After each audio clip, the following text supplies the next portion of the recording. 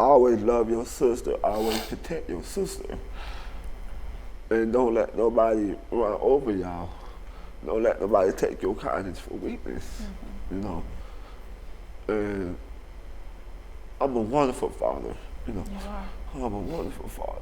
Every time I've seen him, he's been with his kids. Like every time we've met, he's like, wait, I got my kids. I can come do the show, but I got my kids. And I've grown so fond of them. I thought they were twins the first time I met them, but they're not. Daughter's the oldest. A lot of people, you know, think they twins, you know, because they the same height. And my daughter reason, and she said, and the reason why she's tiny because, you know, she's tiny. And Johnny Jr. big, huh? So it levels out. He'll eat my plate, your plate, and everybody else's plate. You know, and so what happened? So after, so the kids have seen the video, Dominique's seen the video, and the guy's there, and he's gonna run the story. So what happens when the story runs? And somebody still ain't reach out to me.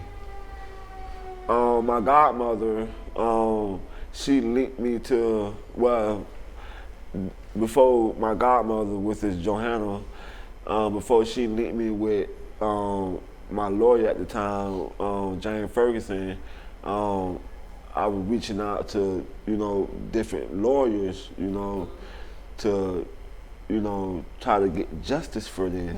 So this is on the news. So you didn't even get a lawyer until after the video was leaked 6 months later. Exactly. Okay. And so all the lawyers that I was talking to at the time, they telling me that they were going to take my case, you know, because it's a strong case, you know, which, you know, I'm my own lawyer. But, you know, you need lawyers in a situation like this. Right. But I always been the type, you know, can't nobody tell me nothing about me but me. You know? Yeah. I don't care what people tell you, what they heard or whatever. If you ain't see it for yourself or whatever, you know, because my mom always told me don't believe in nothing until you see it happen, until it happened. You know, and I never been the type that, you know, to believe in the weather, because the weather gonna do what it's gonna do regardless. You know, the only thing I do is just look out there and see. You can tell what's gonna happen, you know. But, you know, from that time all the way up to then, and when that video did get linked, you know, people telling me, oh, I see you on TV and all this. Okay, you telling me something I already know. You know, tell me something that I don't know. So here's an interesting fact. This is when I became, your case is when I became interested in the bail system. Because this is when I learned about signature bail. So when this officer does this, he goes to jail, he signs a piece of paper, and he walks out. So he didn't get a cash money bail.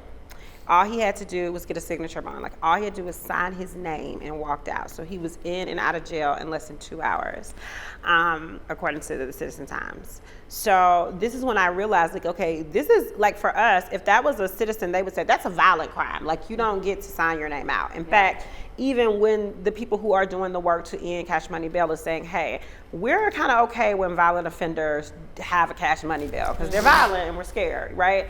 So this officer gets a signature bond, which means all he does is sign his name, he gets to walk out the door, and that's that. So his stay in jail was a lot less than his stay, although he was the one who ended up being brought on charges. Now, to remind you, now during this time, he's still a cop. Yeah. Okay, so he's still working. Yeah. And then now let's rewind it back to the supervisor. And she asking me all these questions and stuff, and then she was like, well, I'm gonna be reviewing this video, so I'm like, maybe you should. Cause you wasn't there to know what happened. You just going by what your officer telling you. Yeah. And you see, I'm over here down and just lost my life, and I'm over here bleeding, and you over here being special, you know, asking me all these questions, and as I'm asking you, trying to answer your questions, you telling me I'm lying. So remind you, she said that she was going to be reviewing this video, and she was going to be getting back with me. Never happened. Never happened. So then he's arrested, and how long does it take before this goes to trial? About a year. Okay, so About a year, I believe. Now, during this whole process now, ain't nobody reaching out to me. right. So did you hear from I our don't know mayor? nothing. Did you hear from our mayor, No, police chief? no. Nobody. Wow. Nobody. Have you heard from any of them as of today? Still nobody. So no public apology. No nothing. Okay, so how did the case go, the trial go? He only got a year probation.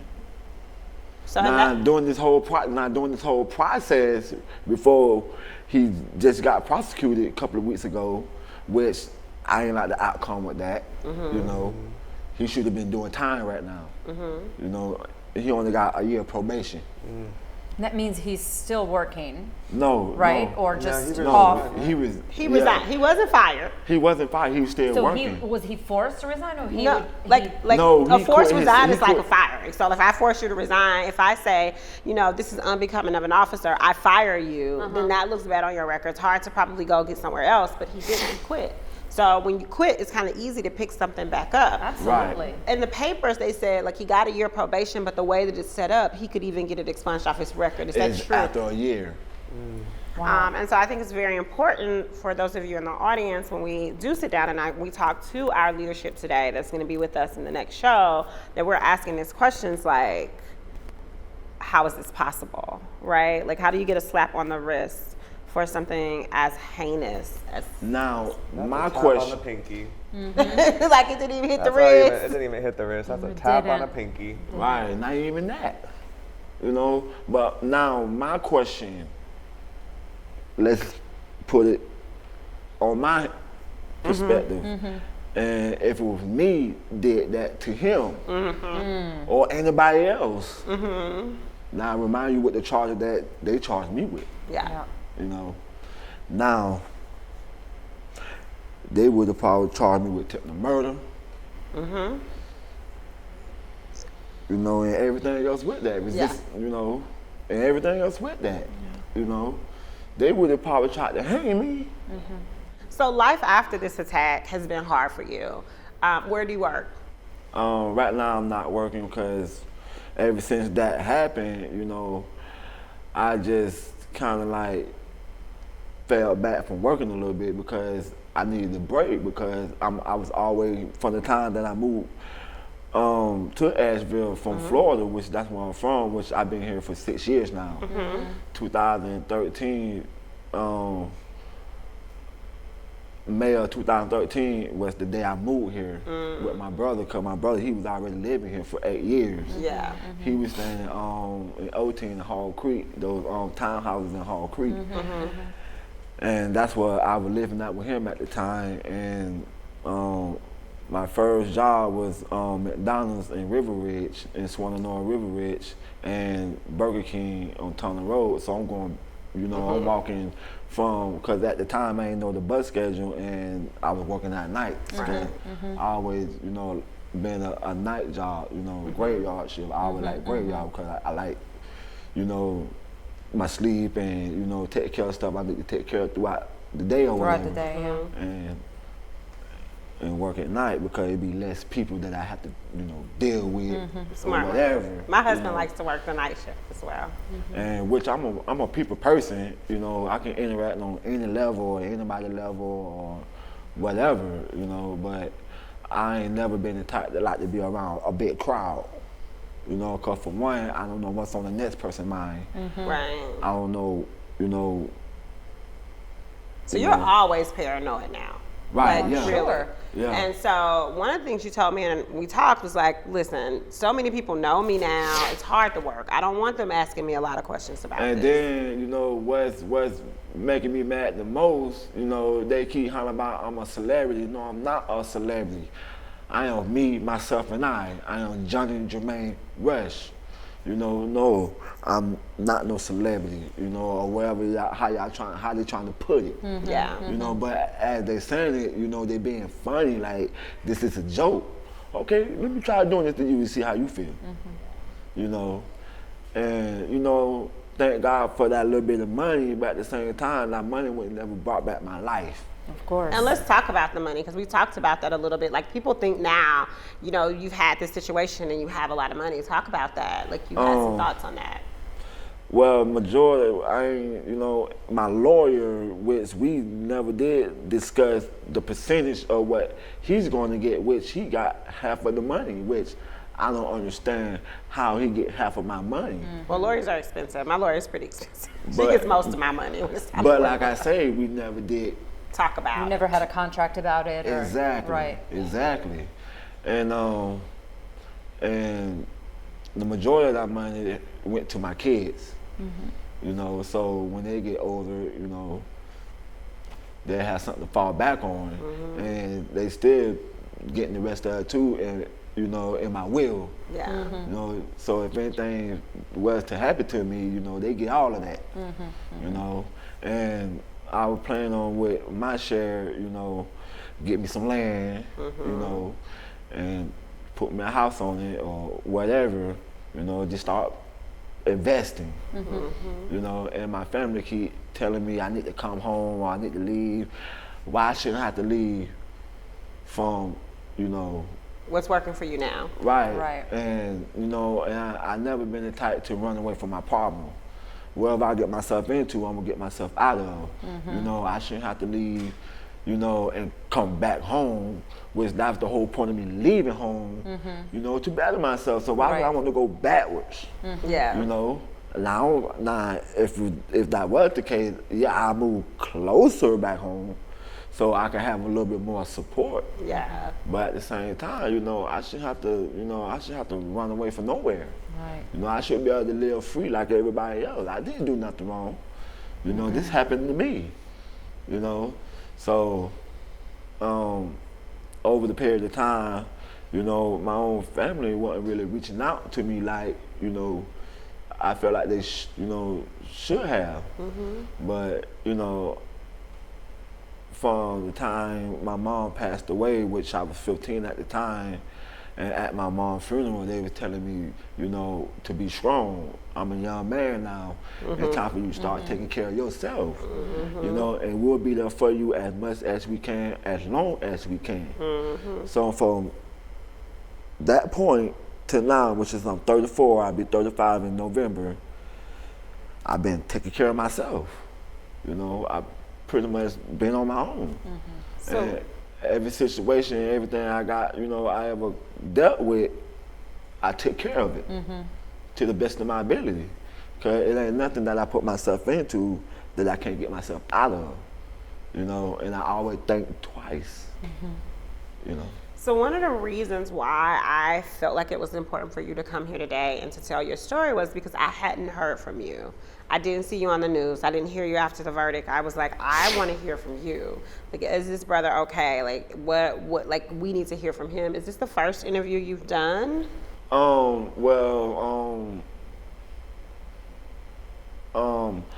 I pushed the issue to, you know, have my lawyer to have me meet face to face with Chris Hickman, because I got questions. You know, and like my lawyer told him, told the judge during the time when he had got prosecuted, you know, and the whole time, as y'all seen in that video, I was very respectful. I never got out of character, you know, and my lawyer was telling the judge that I easily could have, you know, said, fuck it, you know, I could have went after him, you know, because it ain't hard to find out where somebody live or stay or whatever. But that's not who you are as a person. You're a family man. Exactly, you know, and I don't hate him to this day, you know, but I do hate what he did, but I don't hate him as an individual because that wasn't nothing but the devil's work, you know. I prayed for him, and I, you know, wish the best for him, you know, but when my lawyer finally, you know, set up this meeting for me to meet him face to face, my only question in my mind, why did you put your hands on me? Why? What did I did that bad enough for you to did what you did to me? What did he say? I didn't know if you had a gun or a knife or a weapon. But he searched you. Right. So that gave you the right to beat me, to choke me, to tase me. So then what did he say? He really didn't even have nothing to say. It was like he was just puzzled, you know? And the answer that he was giving me, it wasn't agreeable, you know? Did any other like news people reach out to really hear from you, hear your story? Have you told, because you told us so much about like what happened in your home and like what happened Well, it was other news reporters were trying to reach out to me. They was coming to my house, you know, calling my phone, you know, leaving their card in the door. I just slided right on to the rest, you know. And he tried to do that to us too, but I was like, hey, we need you here. You know, because I don't really like to talk about my business unless it's needed. You know, so why did you feel like it was needed now? Why now? Why here? Why is this important now? Because everybody need to know what really happened and what's been going on with me from that time to now. You know, because I still got a lot of anger built up in me. You know, and I need to let that out before I've done something, you know, that I will regret later. And then, you know, that'll leave my kids in a situation which they will understand, you know, you always protect yourself no matter what, you know, but that would have left them with questions. You know? I'm just super proud of you for coming. I know it was hard. It was hard to tell your story. But like, you know, I told you that there are people in this community that really care about you, really care about what happened. And I think being here makes it so that the story doesn't get pushed to the background. And like we're able to remind people of what happened, and we're able to hold our new leadership accountable. For what happened. I mean, since this has happened, we have a new city manager, a new county manager, a new sheriff, and we don't want this to happen again. So it's really important that we move in this direction. Okay, and it's really important that we keep your story to the forefront. Did you have any more questions for him before we let him go? I just want to, before we leave, I know that this has taught you so much and has changed you so much. And do you feel like, how would you, what kind of advice would you give people, young men? How do you handle such a thing? And what would you have done differently maybe to avoid something this traumatic from happening? Well, the best advice that I could give them with that situation, you know, don't let that situation lead more than where it shouldn't lead to, you know, because they have a job to do. Right. And I'm gonna make you do your job, you know, because it don't been news of time I don't got stopped after this don't happen. And, you know, and I be scared, but at the same time, you know, I still make them do their job like you supposed to. Your job is to protect and serve, not, you know, harass people and, you know, injure them. Right, almost, you know, about to take a person's life, you know. So and know your rights and what to expect from people who are supposed to protect and serve us. And, right, correct. And it don't take a scientist to figure that out, you know. That's just common sense. Yep. You know, and I always been the type that I treat people the way I want to be treated. Right. You know, because you never know when you're gonna need that person again. You know, and I was raised, don't never bite the hand that feeds you. You know, and no matter where I go in this world, I'm gonna always be me. I'm not gonna change for nobody. If you cannot accept me for who I am, then you don't need to be in my life. And the main thing I hate the most is people taking my kindness for weakness. Right. So I hate that with a passion. We just want to clap it up for you. Thank you for joining us here on the Asheville View. We totally appreciate you for coming. Let's just give him a hand and just thank him for being here.